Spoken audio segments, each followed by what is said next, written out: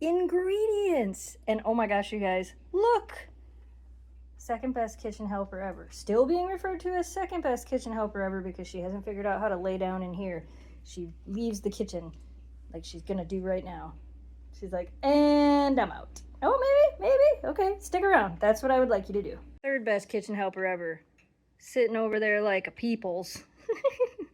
Welcome back to Snow Dog's Cooking, where if I can cook it, so can you. I had corn that I needed to use. And I was trying to find something fun to make with corn. And I didn't really want to make soup because it's not soup season. So I am making Mexican street corn.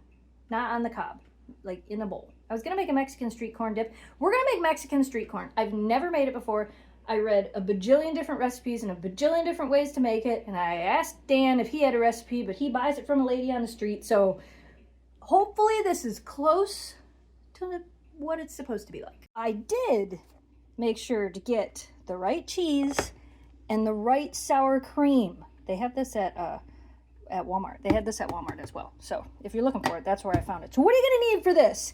You're going to need 3 cups of corn. I'm using fresh corn.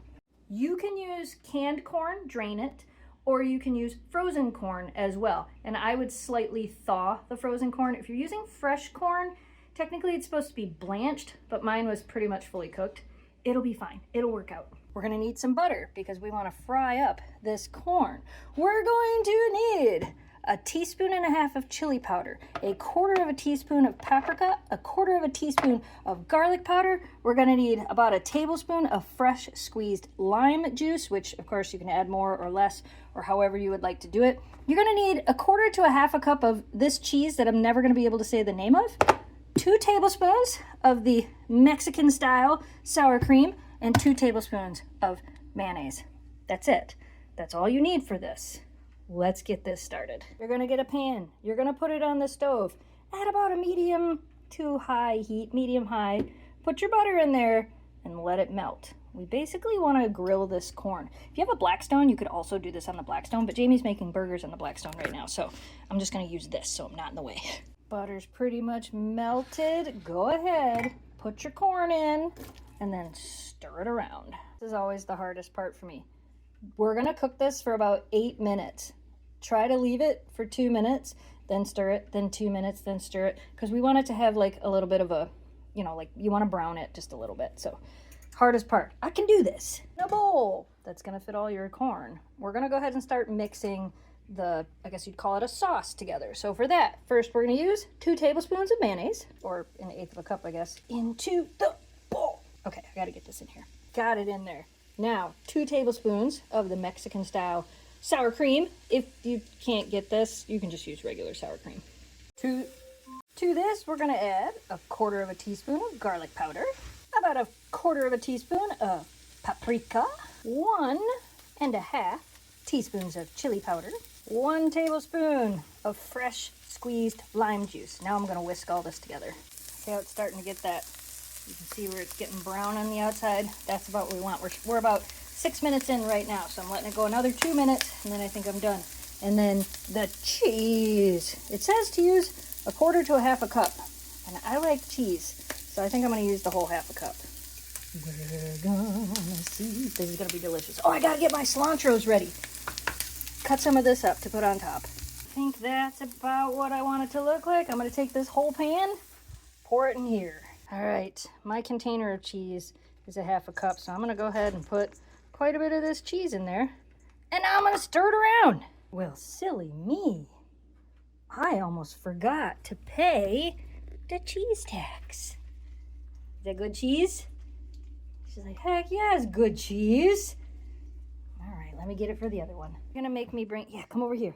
Come over here, right here. Look, I put it right there. Then it's not on the carpet. I was gonna let you lick it out of my hand, but that works pretty good too. Gotta pay that cheese tax. Oh my goodness, I almost forgot. That's what happens when you don't all hang out in the kitchen with me while I'm cooking. You get forgotten about. Not really, not really. Add a little bit of cilantro. That looks and smells amazing. Oh my goodness. I can't wait to eat this. This smells phenomenal. Okay, Mexican street corn. I mean, you were right. As soon as you said it smelled like It smells like popcorn in here.